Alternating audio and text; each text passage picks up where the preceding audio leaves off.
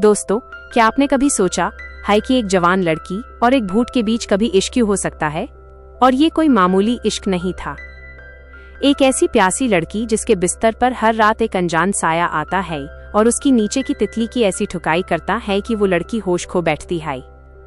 शुरुआत में वो डर से कांपती है, लेकिन धीरे धीरे यूजर्स भूत के साथ घपाघप करने की ऐसी गंदी आदत लग जाती है कि वो उसके बिना तड़पने लगती है।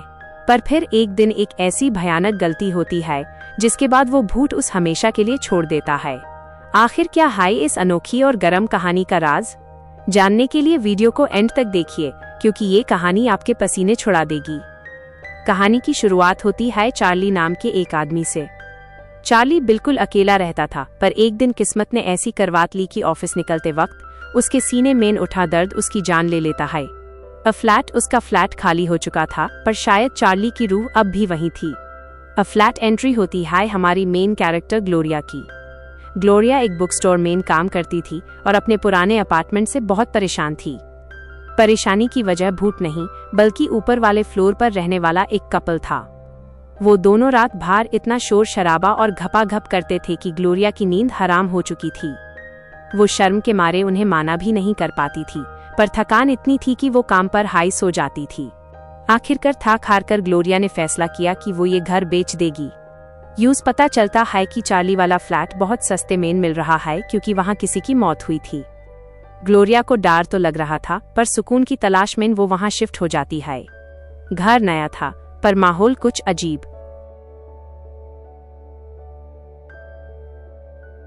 जैसे हाई ग्लोरिया लाइट्स ऑन करती, वो अपने आप बैंड हो जाती।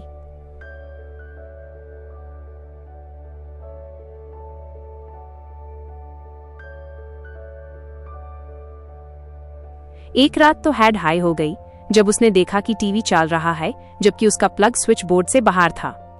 ग्लोरिया को लगा शायद ये उसके दिमाग का वहां हाई या नींद की कमी, इसलिए वो डॉक्टर से नींद की गोली लेकर सो जाती है। पर असली खेल तो अब शुरू होना था। उस रात जब ग्लोरिया गहरी नींद में थी, तभी उस महसूस हुआ कि कोई उसकी चादर के अंदर घुस रहा है। कोई अनजान हाथ उसके बदन को सहलाने लगे। ग्लोरिया को लगा शायद वो कोई सपना देख रही है, और उसने उस एहसास को एंजॉय करना शुरू कर दिया। लेकिन जैसे ही उसकी आंख खुली, वहां कोई नहीं था। मगर अगले हाई पल चार्ली की आत्मा फिर से वहां आती है। इस बार सब कुछ रियल था। ग्लोरिया पहले तो डर से कांप रही थी, लेकिन जब भूत ने उसके साथ इंटिमेजी बढ़ाई और उसकी टाइटल की ठुकाई शुरू की, तो ग्लोरिया को एक ऐसा मजा आने लगा जो उसने पहले कभी महसूस नहीं किया था। उस रात उसने यूएस भूत के साथ जमकर मजा लिया और पहली बार वो सुकून की नींद सोई।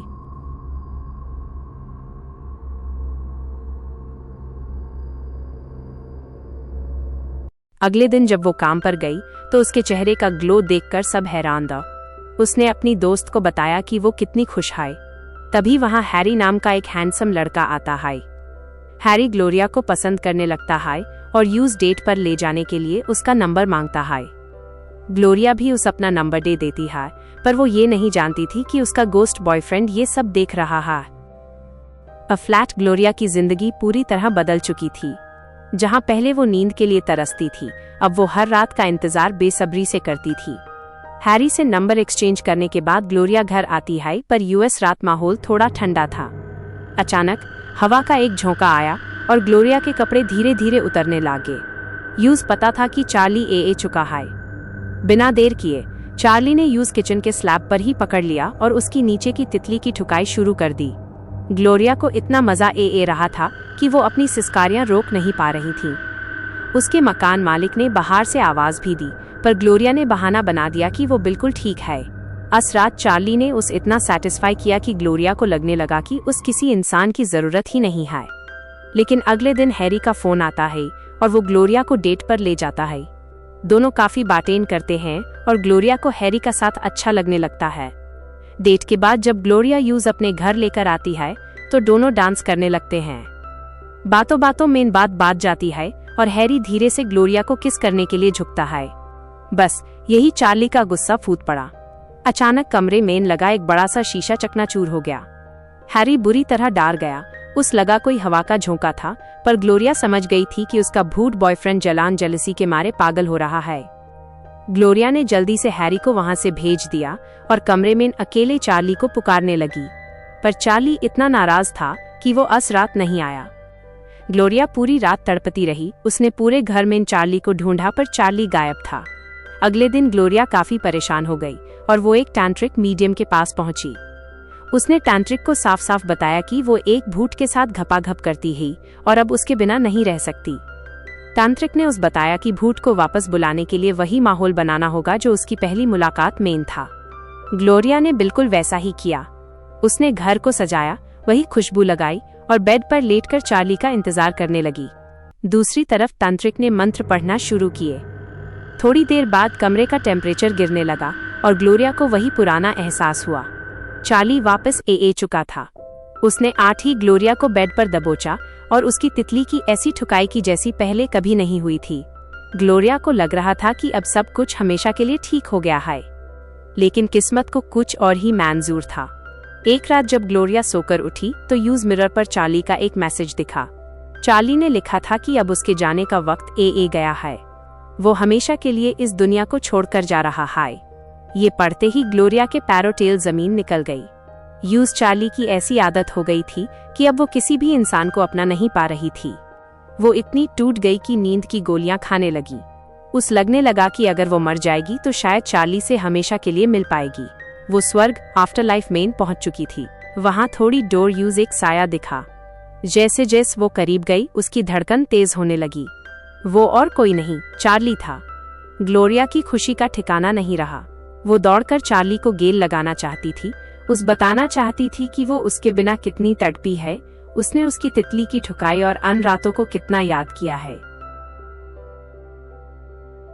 पर जैसे ही वो यूज छूने गई, उसका हाथ चार्ली के पार निकल गया। वो अभी पूरी तरह मारी नहीं थी, इसलिए वो यूज टच नहीं कर पा रही थी। ग्लोरिया ने रोते हुए कहा, चार्ली, मैं तुम्हारे बिना नहीं रह सकती। मैं मरकर तुम्हारे पास ए गई हूँ। चलो हम किसी छोटे से गांव में फिर से जन्म लीते हैं, जहां हम एक इंसान की तरह सुकून से रह सकें और ह्यूमन कोई अलग ना कर सके। लेकिन चार्ली के जवाब ने ग्लोरिया का दिल तोड़ दिया।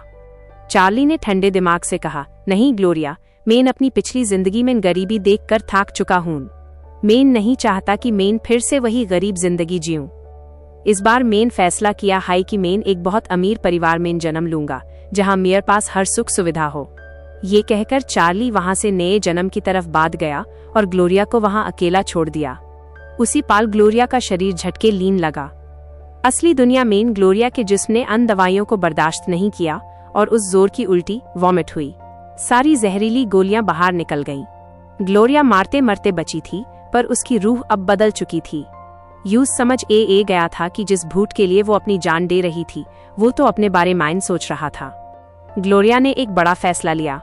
उसने चार्ली की यादों को हमेशा के लिए दफन कर दिया। उसने अपनी पुरानी नौकरी छोड़ी और अपने यूएस बॉस से शादी कर ली, जो उस दिल से पसंद करता था। वो अब खुश थी।